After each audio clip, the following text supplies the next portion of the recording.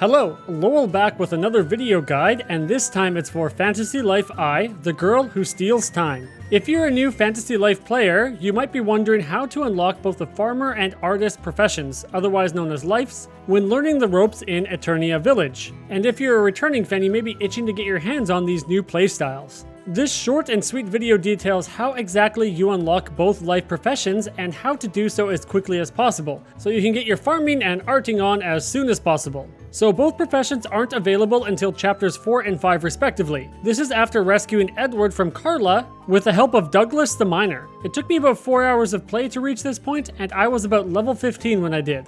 To get here as quickly as possible, feel free to ignore unlocking all other lives and exploring Gynomorcia. You'll simply need a combat life. I went with the mage for its area effect attack, and whatever life's required to fill the 10,000 dosh charge that Auntie Anne slaps on you during chapter 2.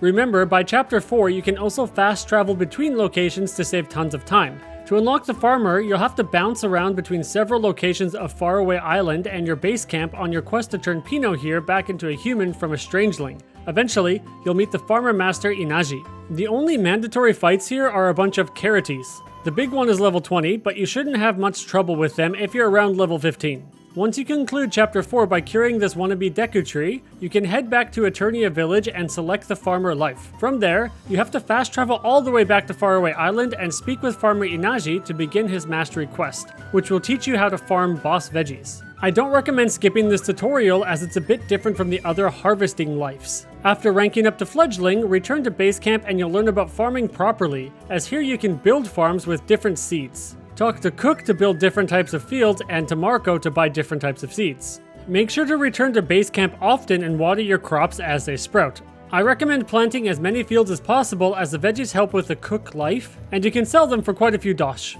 So you unlock the artist during the next chapter when Rem whisks you and your friends off to the Tropical Isles. Here, however, you'll have to go on a treasure hunt with the artist Paulette, which I just got as a play on palette, before unlocking the artist's life back in Eternia. Problem is, the monsters here reach upwards of level 30, including a boss fight against 3 level 30 shadow sharks. So if you haven't explored Gynomorcia much at all, you're probably underleveled. The good news is the Tropical Isles are a great place to level up, as the experience you get for defeating the monsters here will have you reaching about level 25 in no time. Anyway, on your quest for the hidden treasure with Paulette, you'll have to follow a map to check 3 X marks. The first is in the northeast corner here, while the others are on the western edge of the Isles here and a little bit more centered here. Once you make it through the pirate's cave and defeat the shadow sharks, you can return to Eternia and select the artist's life.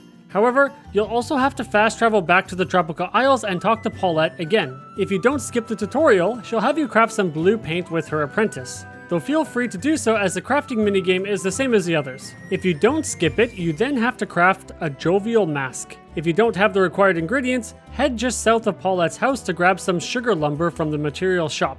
I'd also recommend buying a cherry brush from the tool shop here, as the minigame for the jovial mask pretty much requires a tool better than the base one. Once finished, Paulette will upgrade you to the fledgling rank, and you can now let your inner creative shine while decorating your base camp. And that's all you need to know to unlock the farmer and artist lives in Fantasy Life I, the girl who steals time. If you found this at all helpful and want more Fantasy Life video game guides from Gamer Guides, be sure to like and subscribe.